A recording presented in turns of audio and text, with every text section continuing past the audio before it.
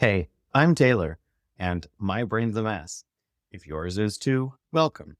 This podcast is for folks who feel overwhelmed, anxious, or just tired of pretending everything's fine. I'm a therapist, but this isn't therapy, it's real talk about being a human. Let's dive in. Today, we're calling out a gold plated coping strategy that looks like thriving, but often feels like drowning: high functioning anxiety. You know it if you live it. Your calendar is color coded. You're the reliable one.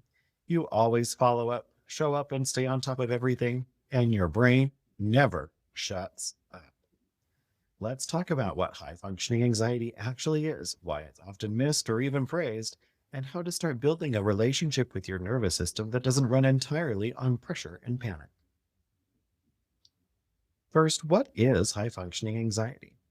High functioning anxiety isn't a diagnosis, it's a description of how anxiety operates behind a mask of productivity. It looks like perfectionism, overpreparing, proactive people pleasing, relentless self monitoring, and a fear of failure disguised as strong work ethic. You're anxious, but you perform competence. And that's the catch. You look like you're doing great, so no one knows you're burning out. You probably even get praised for it. You are so on top of everything. I don't know how you do it all. Or you're the most organized person I know. Meanwhile, your internal monologue might look like, oh, don't mess this up. Or they're going to figure out I'm not okay. Or if I stop, it'll all fall apart.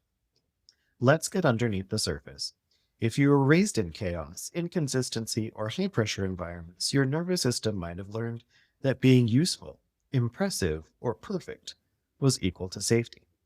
So now, you anticipate problems. You fix things before they break. You make yourself small, easy, and excellent. Because performing calm is safer than showing anxiety. Because overfunctioning feels protective. Because slowing down feels like a threat. This isn't about ambition, it's about survival. High functioning anxiety hides well, but here's how it leaks out.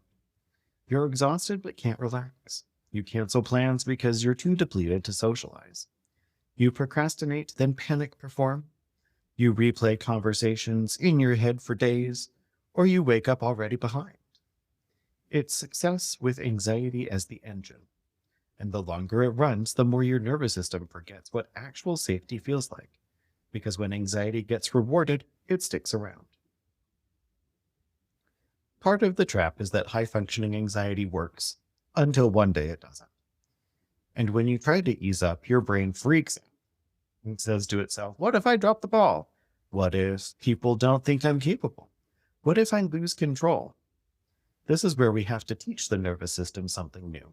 That ease is not laziness. That doing less doesn't make you less. And that your worth is not measured by your output.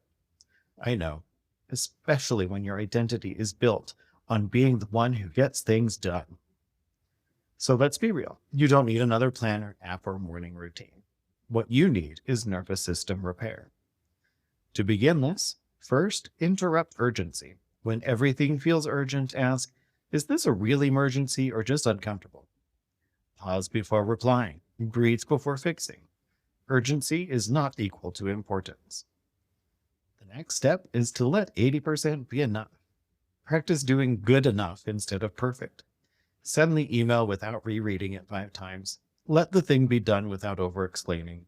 Your nervous system needs wins without panic. Next is to let someone see the mess. Tell a trusted person, I look fine, but I'm struggling. You don't need to collapse entirely to be worthy of support. And lastly, redefine functioning. You showed up today. That counts. You fed yourself. Also counts. You allowed rest without guilt. That's a whole damn win. So, high functioning anxiety is clever. It gets praise, promotion, and people off your back. But it also gets you further from your own needs, your own peace, your own truth. You don't have to wait for a breakdown to build a different relationship with your anxiety.